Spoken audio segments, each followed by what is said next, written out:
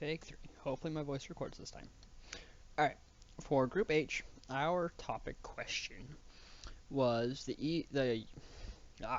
Europe and Canada have laws that restrict how much content in the media can be produced from outside their countries in order to protect their country's culture and protecting their content companies from foreign competition. Are these laws reasonable, and will they still be effective when with the expansion of online media? Why doesn't the U.S. have such restrictions? So, um, what's basically talking about is it's talking about like how why some videos on YouTube cannot be accessed through countries like Germany and such based on their content and where they're based on their content mainly, not really where they're from.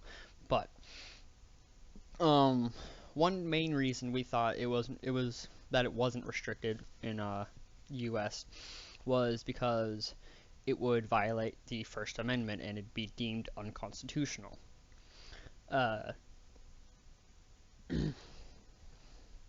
and the fact that the U.S. has a very large market for media, and it would be very difficult to introduce those regulations. Um, Also, just the online media itself is such an immense amount of data to sift through and sort through. It would be an unobtainable goal to restrict everything that they would want to restrict or that they would deem to be restrictable because it's constantly growing. The data is constantly changing. Um, and even if it is banned, you can still access it through VPNs.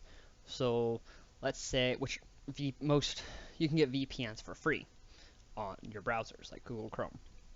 So let's say I wanted to access a website in Japan. I could download a VPN, set my desired country of the country that it would display that I'm from to Japan, and I would have access to said country, even if it's not allowed, even if Japan restricts it to people outside of Japan, restricts it from people outside of Japan. Or Australia, they have a very heavy ban on games that are deemed too violent or have too much drug references or drug use in them.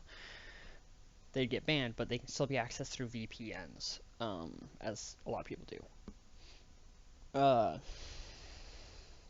Also, you'd have conflicts of interest with banning media because when they do ban media, they do it through like a sort of filtration system.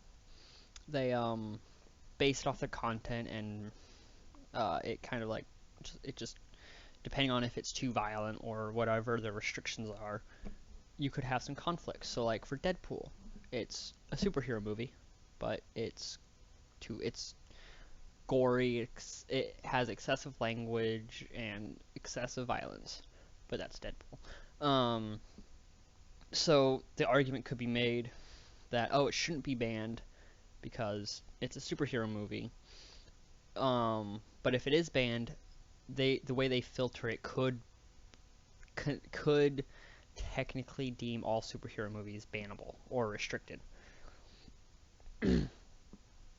Also, unless all media was to filter through the government before it was released, it would be very hard for them to keep restrictions through it. So North Korea, their government controls every source of media.